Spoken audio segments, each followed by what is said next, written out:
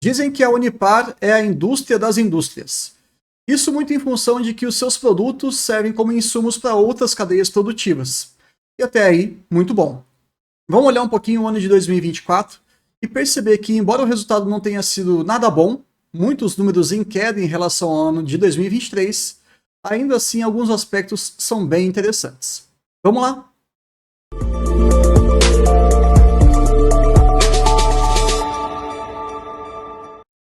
Sempre deixando muito claro para vocês, né? Nós utilizaremos ali o quarto trimestre de 2024, mas também olharemos para o ano como um todo. Não é recomendação, não faço isso nos vídeos abertos. E vamos utilizar aqui dois documentos: a teleconferência de resultados, a apresentação, e também o release de resultados, que é o documento um pouco mais completo. Geralmente eu dou preferência para esse segundo, até porque ele tem um pouco menos de maquiagem. Mas vamos avançar e você vai entender alguns pontos muito interessantes em relação ao Unipar, principalmente em relação à sua posição no cenário mais adverso como foi 2024. Então, começando aqui pelos destaques, nós temos uma segmentação em contexto externo e interno. E eu gosto muito disso porque nos remete àquela nossa ideia da análise fofa, em que você vai olhar pontos positivos, negativos, externos e internos de todas as suas companhias. E fazer esse tipo de análise é bem interessante. Nós temos aqui algumas no Vida de Acionista. Se você quiser que a gente faça de alguma, é só deixar nos comentários. Tudo bem? Pegando o ponto de vista mais externo, o ciclo petroquímico continua em baixa, e essa é uma perspectiva para 2025, infelizmente. Tivemos em 2024 uma retração da economia argentina, está em recuperação, é um processo, então nós teremos outras perspectivas daqui para frente. E olhando aqui para o contexto mais interno, um recorde de toda a história, de mais de 55 anos de existência, a companhia teve o seu recorde de investimento. Então, isso aqui é um ponto bem interessante, na verdade, porque mostra que a empresa ainda está muito confiante com as suas operações, com as oportunidades e também com o nosso país. Olhando os destaques financeiros, eu não gostei muito não, mas de maneira mais grosseira, um aumento na receita de 11% nos levaria a acreditar no aumento de lucro, mas infelizmente isso não se verificou. O EBITDA caiu 23%, a margem caiu 8% e o lucro líquido caiu 30%. Um outro ponto também é que nós não tínhamos nenhuma dívida em 2023 e agora nós passamos a ter uma alavancagem girando em torno de 0,76 vezes. Super tranquilo, né? Nós estávamos ali no finalzinho de 2023 com uma dívida líquida negativa de 94 milhões e agora, dado esse grande ciclo de investimento, 721 milhões, mas essa alavancagem, esse endividamento aqui está super, super saudável. Dos males, os menores, né? O menor. Aqui em termos de ajustes, eu não vou entrar muito aqui nesse detalhe, tem uma conversão de moeda, tem alguns ajustes contábeis e também algumas questões relacionadas aos resultados recorrentes e não recorrentes, mas de todo modo, nós vimos aqui que, em linhas gerais, os resultados foram menores. Mas isso ainda não é suficiente para falar que a empresa perdeu o rumo, não. Longe disso. E você vai ver. Pegando aqui os números operacionais, taxa de utilização de eletrólise, e esse aspecto ele é bem interessante, que seria como se fosse, de maneira grosseira, o quanto que a companhia conseguiria fazer as suas atividades e o quanto ela efetivamente fez. Qual é a comparação? A sua estrutura física. Então, se a gente for pegar o quarto TRI de 24, no Brasil utilizamos 85% de tudo que a Unipar tem, e na Argentina 77%. Muito, mas muito parecido como foi o finalzinho do ano passado, tanto que a média fechou um ponto percentual acima. Julgo que isso aqui é interessante, isso mostra ainda que há um pequeno fôlego para você conseguir aumentar a demanda por parte dos clientes, sem necessariamente a Unipar falar assim, olha, estamos no nosso limite. Então, eventualmente, quando esse ciclo de baixa passar, essa taxa de utilização de eletrólise tende a subir, e isso mostra que vai aumentar a receita sem que seja feito nenhum grande investimento novo. Entendeu a leitura como que ela é feita? Ao mesmo tempo, quando você tem uma utilização muito baixa da sua capacidade instalada, você acaba tendo um custo fixo muito grande. E aí o custo por produto vendido, que é aquela métrica que a gente conhece, o CPV, acaba se elevando muito. Então não é muito simples você ficar exposto a esse tipo de negócio, é difícil mesmo, temos poucos players que são vitoriosos, que são vencedores, mas é mais ou menos assim que você pode fazer a leitura em relação a esse dado. Um outro ponto que me chamou muita atenção foi em relação ao percentual de energia autoproduzida no Brasil. E aqui a gente está falando de redução de custo na veia. Se a gente for pegar a média do terceiro TRI de 24, eu não gosto muito mais dessa métrica, né, porque eu gosto, de novo, de olhar ano a ano, mas saímos de 58% e chegamos a 66%. Lembrando que eles querem chegar até o final do ano de 2025 em 80%. E por que isso aqui é bom? A Unipar ela tem alguns investimentos, não é uma diversificação de receita, é mais uma proteção contra a oscilação do custo de energia que nós temos no Brasil, ou se você quiser enxergar, não deixa de ser uma verticalização do seu negócio, em que ela fez algumas parcerias para que ela tenha a sua própria produção de energia. Lembrando que a Unipar é um negócio eletrointensivo, usa muita energia para fazer as suas operações. Então é bom que você tenha esse tipo de iniciativa. Quando você chegar aos seus 80%, a pergunta que fica, que eu tinha mandado até inclusive na teleconferência deles, qual a economia esperada da companhia assim que cumprirem 80% de energia autoproduzida? Ainda está em aberto, eu acho que é um número muito sensível, muito complexo da gente poder avaliar, mas me chama a atenção porque isso aqui é um diferencial, é uma barreira, uma vantagem competitiva interessante. Então, por que não ter mais dados sobre isso? De todo modo, comparando ano a ano, nós tivemos uma redução de demanda de PVC na Argentina, uma queda importante de mais de 30%, mas ao mesmo tempo nós tivemos recordes de vendas em praticamente todas as outras linhas dos produtos feitos pela Unipar. E também tivemos ali na Argentina a entrada do HCl, do ácido clorídrico, que também foi um fator que impactou todo o resultado, que acabou chegando ali na nossa receita líquida com uma queda de 8%. E aí você vai falar assim, pô, Bruno, mas você acabou de mostrar no outro slide que a receita tinha subido. Pois é, aqui foi a receita líquida ajustada, sem nenhum tipo de interferência, olhando mais ou menos aquilo que é recorrente da companhia. Então, caiu um pouquinho, tudo bem, né? O cenário está realmente muito complicado, mas não vejo nada como uma questão estrutural, e sim conjuntural.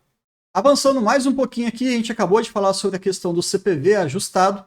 Tivemos ali um valor de 3,4 bilhões em 2023 e praticamente estável em 2024. Então, isso mostra aqui uma série de questões interessantes que a empresa tem feito, um controle melhor ali em relação à sua gestão de custo de produção, essa expansão da energia eólica autoproduzida e também eles fizeram alguns efeitos não recorrentes, né, algumas mudanças com reestruturação operacional. E isso é muito importante porque acaba trazendo uma economia gigantesca para a companhia no médio e longo prazo. Um outro ponto que merece aqui a atenção é em relação aos efeitos não recorrentes. Tivemos uma reversão de provisão. Então lembra, quando você faz uma provisão é porque você acha que vai dar algum problema mais para frente. Quando você faz a reversão da provisão, quer dizer que aquela sua reserva, entre aspas, de emergência acabou não sendo solicitada, então você consegue devolver isso para o resultado da companhia em forma de lucro. Tá tudo certo. Prefiro fazer isso do que de repente acabar tendo algum custo adicional sem ter um cobertor para poder amortizar, né, deixar um pouco mais leve esse não recorrente. Então, uma gestão bem ativa da parte dos executivos. E também nós tivemos aqui um efeito não recorrente, muito mais técnico, eu não vou entrar muito no mérito aqui não, mas uma compensação operacional em um polo de energia eólica. Tudo isso aí somou 130 milhões de reais adicionais para o EBITDA ajustado no último finalzinho ali do 2024. Tomem cuidado, tá? Porque quando você olha alguns números não recorrentes versus os números recorrentes, eu prefiro que você se atenha àquilo que é recorrente. Mas, eventualmente, isso é até um pouco curioso, você vai ver que eventos não recorrentes acontecem com certa recorrência. Tá? Cuidado com isso, mas é só para vocês fazerem uma leitura um pouco mais próxima da realidade aqui em relação à própria Unipar. E aqui a gente traz o EBITDA ajustado, saindo de 233 e indo para 342, comparando ali o terceiro TRI com o quarto TRI, certo? Mas olhando ano a ano, infelizmente, nós realmente tivemos quedas ali do EBITDA ajustado e do EBITDA ajustado recorrente. Agora, para falar um pouquinho de lucro, eu acho que isso aqui também é muito importante. Eu fiz um ajuste em relação aos números que eles tinham apresentado, porque quando você olha isso aqui, primeiro, a gente não gosta de olhar muito essa comparação, né, TRI a TRI. A gente gostaria de olhar aqui o quarto de 23 com o quarto de 24, e aí você não teria todo esse aumento aqui de 146%. Mas mais do que isso, muito importante você retirar os itens extraordinários Então, se a gente tem 293 e tivemos um não recorrente de 81 milhões, o quarto TRI de 24, na verdade, foi de 212. Se você pega ali o quarto TRI de 23, metade do resultado foi não recorrente. Isso chega até a preocupar um pouco a gente. Mas, de todo modo, tirando um do outro, tivemos 81 milhões de recorrente no finalzinho do ano de 2023. Comparando ano a ano, um crescimento ali de 161% em relação aos trimestres. Mas quando você olha em relação ao total de 2023 versus 2024, também tivemos uma queda de 30%. Eles gostam de trazer essa informação e eu acho que é importante, tá? Mas desde que você fique bem vacinado. Já estamos ali com 19 trimestres, então praticamente 5 anos, né, que a gente pode falar, de lucros atrás de lucros sem que a empresa tenha apresentado prejuízo. Então, no final das contas, 2018, 2017, sim, a Unipar teve um resultado anual com prejuízo. Fique atento a isso, porque faz parte da essência desse negócio. Eventualmente vai ter algum tropeção e você vai ter um resultado ou muito baixo ou eventualmente negativo. Mas isso não fez com que a empresa deixasse de existir. Ela continuou crescendo, se reajustou e está aí entregando bons resultados ano após ano, ainda que no curtíssimo prazo não tão bom assim. E eu gostei de um ponto que eles estão trazendo cada vez mais em relação a essa interpretação muito ligada ao ciclo petroquímico. Grande parte dos investimentos que estão sendo feitos hoje, e eles falaram isso aproximadamente 4 vezes durante a teleconferência, que durou meia hora apenas, eles estão cada vez mais trazendo resultados anticíclicos, resultados ou operações que não estão vinculadas ao ciclo petroquímico. Talvez seja uma forma de você tentar traduzir para o mercado que ela tende a não ser mais tão volátil em relação aos seus resultados. Acho meio complexo, né, porque está muito exposto a commodity, querendo ou não, mas é só para deixar essa informação registrada aqui para vocês. E acompanhando alguns outros analistas, um deles é o colega Neto Invest, que vocês devem conhecer. Ele colocou muito bem esse gráfico aqui, essa imagem, mostrando que, pegando o operacional de 831 milhões que nós tivemos de aumento ali, pegando o finalzinho de 23 em relação a 24, parte desse valor ele foi queimado em recompra e dividendos. E você fala assim, putz, então quer dizer que a companhia gastou um dinheiro que não necessariamente deveria ter gastado porque ela não gerou tanto caixa assim com as suas operações? Cuidado, tá? Não tem esse juízo automático. Até porque, se você for pensar, a companhia estava com uma alavancagem negativa. Hoje, uma alavancagem extremamente controlada, extremamente interessante. Ela está fazendo várias reestruturações internas, já está fazendo investimento atrás de investimento, e ainda assim ela teve espaço para fazer um programa de recompras e também um dividendo robusto, além da bonificação. Perceba a ordem que você faz a leitura. Ela fez todo o dever de casa. Expansão de crescimento, colocou a casa em ordem, etc, etc, etc. E também remunerou o seu acionista. Então eu não vejo isso aí como algo negativo, tá? Você queimar a parte do seu caixa gerado para remunerar o seu acionista nesse contexto não é ruim.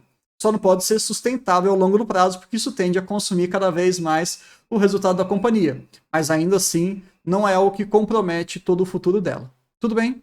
Passando aqui para a questão da dívida, que a gente já falou um pouquinho, mas é só para deixar isso aqui bem registrado para vocês. Estavam com uma dívida líquida negativa, ou seja, sobrando no caixa. Se eles tivessem pagado todas as dívidas, toda a sua dívida bruta, com todo o dinheiro que eles têm de curto prazo, eles ainda teriam 94 milhões sobrando. Mas lembre-se, ter dívida é interessante para uma companhia. Quando você tem dívida, você tem um custo menor a ser pago em relação ao imposto de renda. Não se esqueçam disso. Dívida bem administrada, ela é sempre muito bem-vinda. Tá bom? E aí eles fecharam 2024 com 0,76 vezes, algo extremamente saudável e sem preocupação.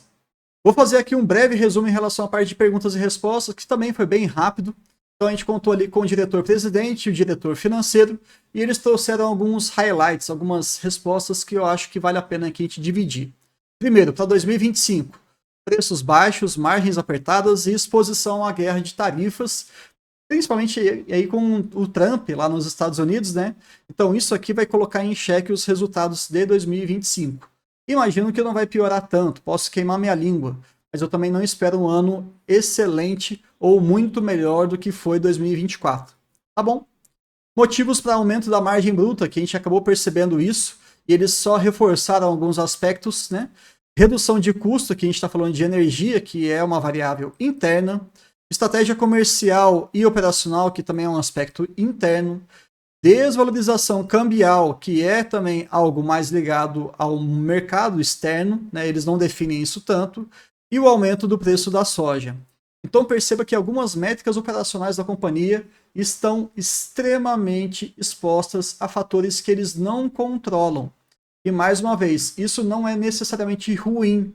Só que se você for investidor de Unipar, entenda e aprenda com o tempo a você separar aquilo que a empresa tem uma manobra para poder conseguir aliviar ou potencializar o seu resultado e outras que ela simplesmente tem que falar assim, bom, vamos lidar com o que está chegando para a gente.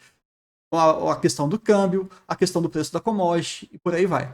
Então, muito cuidado, tá? Muitas vezes você vai ter um cenário externo absurdamente, mas estupidamente maravilhoso, e aí vai fazer com que o resultado da companhia decole, triplique, quintuplique. E se isso acontecer, tenta colocar o pé no chão, tenta ser um pouco mais sóbrio e entender que aquilo não é recorrente. Que bom que pode aparecer e já aconteceu no passado da Unipar, mas também fique esperto para você concluir quem que foi o responsável por isso. Tudo bem? E um outro aspecto que me deixou com uma certa pulga atrás da orelha é em questão a potenciais M&A, ou seja, fusões e aquisições. Eles, de fato, fizeram uma rolagem de dívida, e isso aí foi falado no finalzinho da teleconferência, mas você pode ler no release deles, e eu entendo que agora a estrutura de capital está muito, mas muito interessante, está muito saudável. E caso surja alguma situação interessante para esse ano que vem, não descartaria alguma fusão, alguma aquisição. Tudo bem? Na verdade, aquisição, né? Espero que vocês tenham gostado, mas antes da gente terminar, vamos colocar aqui um pouquinho da plataforma VDA. Nós temos algumas poucas companhias que a gente acaba acompanhando lá dentro do VDA, não são todas, tá? Então, não, se você, caso venha acessar, fique atento que a gente não entende que todas elas fazem sentido para uma carteira de renda passiva.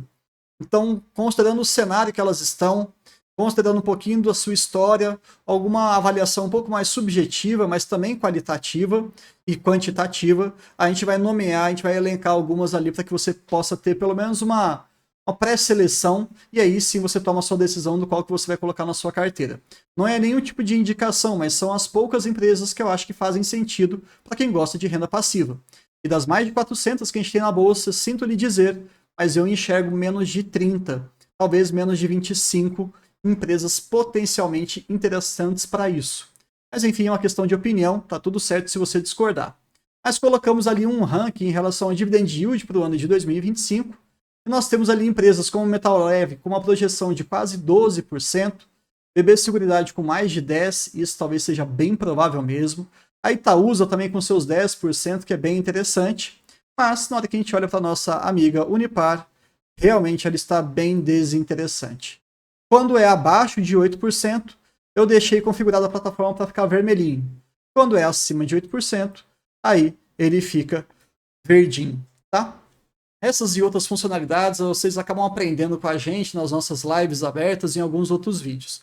Mas é isso. Esse grande aumento que nós tivemos de cotação nos últimos dias não me espantou, porque eu vejo que, na verdade, o mercado estava precificando como algo bem pior do que efetivamente foi. Então, quando você tem uma superação de expectativa, é natural que o mercado, no curto prazo, ele comece a ficar um pouco mais animado. 6% para a Unipar não é ruim, tá? Não é ruim. Mas eu vejo que ela entra muito mais como uma empresa complementar na sua carteira do que efetivamente aquela que faz parte da sua principal musculatura em termos de renda passiva. É isso, espero que vocês tenham gostado e até o próximo vídeo.